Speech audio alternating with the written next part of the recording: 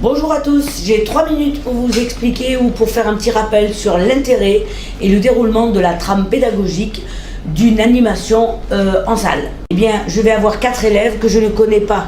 La moindre des choses, c'est que je fasse connaissance. Mais avant de faire connaissance, si vous allez dans une salle où vous allez assister à une conférence ou à un cours, vous aimeriez bien savoir quand même ce qu'il va se passer.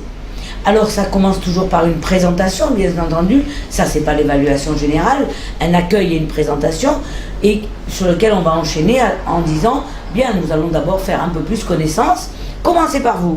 Normalement c'est mal poli, mais là commencez par vous, par le principe de si je donne quelque chose, on va me donner quelque chose en retour. Et donc si je commence par me présenter, je m'appelle coach et je vous remercie d'être là parce qu'aujourd'hui je présente mon titre professionnel, je me présente aux épreuves et j'espère vous apporter aussi quelque chose parce que j'ai vraiment envie de faire ce métier. Clac, je parle un peu de mes motivations, une phrase, 2 phrases.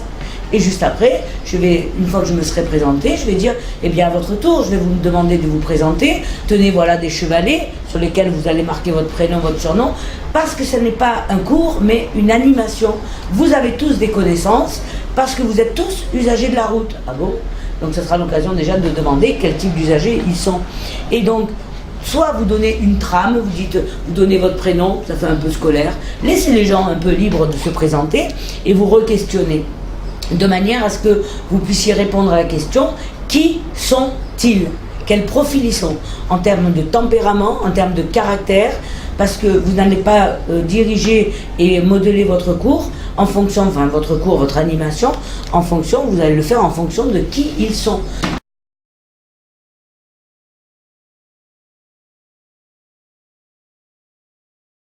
Donc, qui sont-ils ? Qui sont-ils? Pourquoi c'est intéressant? Attention de ne pas être intrusif. Comment tu t'appelles? Ah, au fait, vous avez proposé le tutoiement ou le vouvoiement, n'oubliez pas. Mais si vous l'avez proposé et que d'un commun accord c'est bon, comment tu t'appelles? Quel âge tu as? Où tu habites? Et vous voulez pas aussi vous donne d'autres détails plus intimes? Non, forcément, vous allez essayer de les laisser ouverts. C'est important de savoir d'où ils viennent parce qu'ils voient leur environnement là où ils habitent, par exemple. L'âge, est-ce que ça a vraiment de l'importance? Réfléchissez-y, ça dépendra de votre sujet. L'évaluation générale, finalement, les questions que vous allez demander ou pour avoir le profil, ont forcément un rapport avec le sujet. Dernière chose, il n'est pas impossible que vous dérapiez déjà un peu sur l'évaluation spécifique. L'évaluation spécifique, qu'est-ce qu'ils savent sur ce sujet, alors que l'évaluation générale, qui sont-ils? C'est pas tout à fait la même chose.